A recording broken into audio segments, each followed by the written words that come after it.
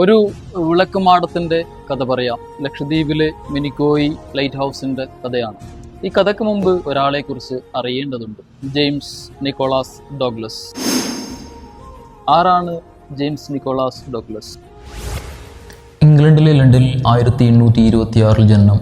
Civil എഞ്ചിനീയറും lighthouse ഡിസൈനറുമായിരുന്നു James Nicholas Douglas. ഇംഗ്ലണ്ടിലെ പ്രശസ്തമായ എഡിസ്റ്റോൺ ലൈറ്റ് ഹൗസ് നിർമ്മിച്ചത് ഇദ്ദേഹമാണ്.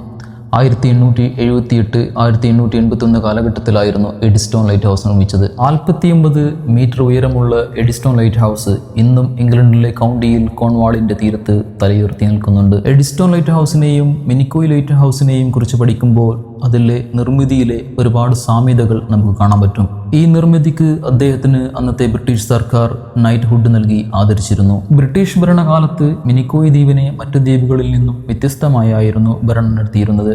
അതിനു കാരണം അറബിക്കടലിലെ 8 ഡിഗ്രി ചാനലിലൂടെയുള്ള കപ്പൽ പാതയായിരുന്നു. യൂറോപ്പിൽ നിന്നും വരുന്ന അവരുടെ കപ്പലുകൾക്ക് ഒരു വഴിവിളക്ക് അവർക്ക് അനിവാര്യമായിരുന്നു. 1882 മിനിക്കോയിലെ തെക്കുഭാഗത്തായിട്ട് ലൈറ്റ് ഹൗസിന് പറ്റിയ ഒരു സ്ഥലം കണ്ടെത്തുന്നത്. അക്കാലത്ത് മിനിക്കോയുടെ തെക്കുഭാഗം മുഴുവനായും ബ്രിട്ടീഷ് ഉദ്യോഗസ്ഥരുടെയും നാവികരുടെയും താവളങ്ങളായിരുന്നു. വടക്കുഭാഗം അന്നും നാട്ടുകാരുടെ വില്ലേജുകളായിരുന്നു. ജെയിംസ് ഡോഗ്ലസിന്റെ നേതൃത്വത്തിൽ ലൈറ്റ് ഹൗസ് നിർമ്മാണത്തിനുള്ള വസ്തുക്കളുമായി കപ്പലുകൾ മിനിക്കോയുടെ തീരത്ത് അന്ന് നങ്കൂരമിട്ടിരുന്നു.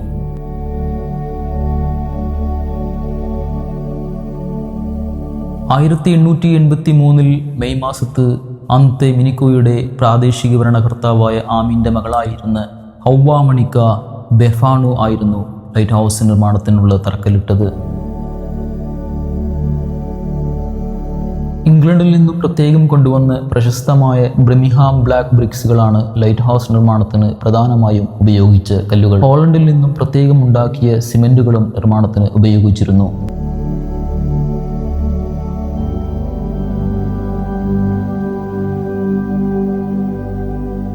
ഇന്ന് ലോകത്ത് ജീവിച്ചിരിക്കുന്നവരാരും ജനിച്ചിട്ടില്ലാത്തൊരു കാലത്ത് 140 വർഷങ്ങൾക്ക് മുൻപ് ജെട്ടികളോ ആധുനിക സംവിധാനങ്ങളോ ഇല്ലാത്ത ഒരു കാലത്ത് വൻകരയിൽ നിന്നും അതിവിദൂരമായ ഒരു തുരുത്തിൽ ഇത്രയും ബൃഹത്തായ ഒരു നിർമ്മിതി യാഥാർത്ഥ്യമാക്കുക എന്നുള്ളതും, ഇത്രയും വർഷം ഒരു വിള്ളല് പോലുമില്ലാതെ ലക്ഷദ്വീപിൻ്റെയും മിനിക്കോയുടെയും ഭൂതകാലത്തിലേക്ക് വിരൽ ചൂണ്ടി തലയുയർത്തി നിൽക്കുന്നു എന്നുള്ളതും വിസ്മയം തന്നെ.